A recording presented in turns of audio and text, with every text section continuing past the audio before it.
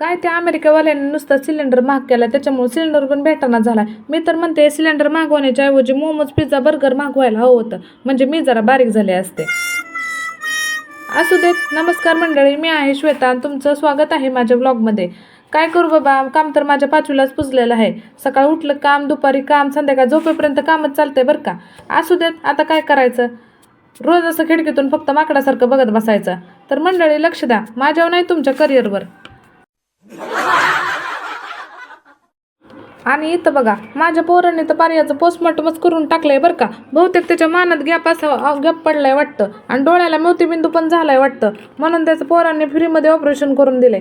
फक्त टाकं घालायला विसरला बहुतेक. असू दे, आता चालायचं. आणि माझ्या अचानक लक्षात आलं की मी रात्री मूग भिजत टाकलं होतं आणि त्याला मोड पण आलतं. मी याची असली भारी रेसिपी बनवली की मलाच आठवणं बघा.